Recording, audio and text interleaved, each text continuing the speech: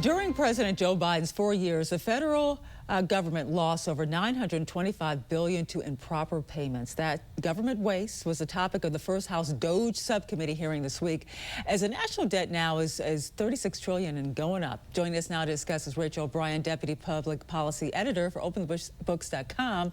Thank you so much, Rachel, for joining us. We talked about this before in September. Just kind of go through, what are we talking about when we're talking about these improper payments? Yeah, improper payments are made by the government to the wrong person or in the wrong amount or for the wrong reason. So when we did talk about this in September, President Joe Biden was averaging $250 billion each year of his first 3 years that were lost to improper payments. So we estimated he was on track to hit $1 trillion over 4 years. Well, his office, they made some changes somehow because they got that figure down to $161 billion, bringing his administration to a total of $925.7 billion in improper payments. And so that's about $307,000 lost to improper payments every minute. That's a lot of money. What are the programs who are basically contributing most to some of these improper payments? Medicaid and Medicare, they continue to be the biggest problems. They accounted for $87 billion of improper payments last year. They're always the largest contributors to this. Dead people continue to receive money. They received $346 million last year. That's up from $295 million the year before.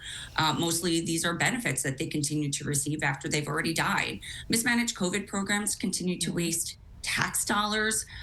Not all agencies report improper payments.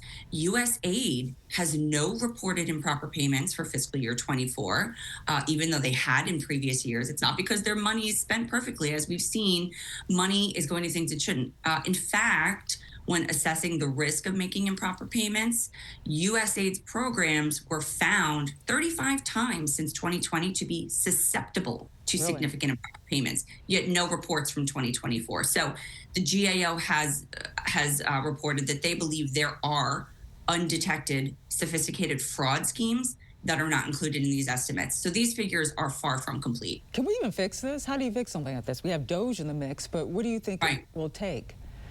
So the people testifying before this DOGE subcommittee of the House this week, they had some good recommendations. Move away from this pay and chase method. Instead of making improper payments and then trying to claw them back, which the government does do some of the time, I think 14% of these payments they were able to claw back. They should take these measures up front to prevent them in the first place, reform each program. Technologies have advanced, yet nearly all of these programs are rooted in antiquated regulations, some dating back 60 years. So modernizing and simplifying programs will help.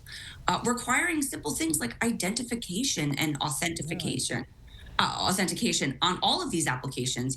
Eliminate things like self-certification. That's absurd to allow someone to self-attest and use the honor system.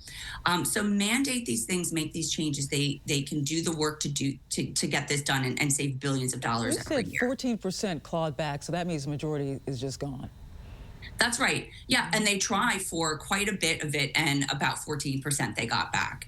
And that's exactly right. That money's gone. They're never going to get it back. And the money that they do get back, they've used immense resources to get that money back. So they're spending money to get money back. Thank you so much, Rachel O'Brien, OpenTheBooks.com. Thanks for joining us. Thanks for having me.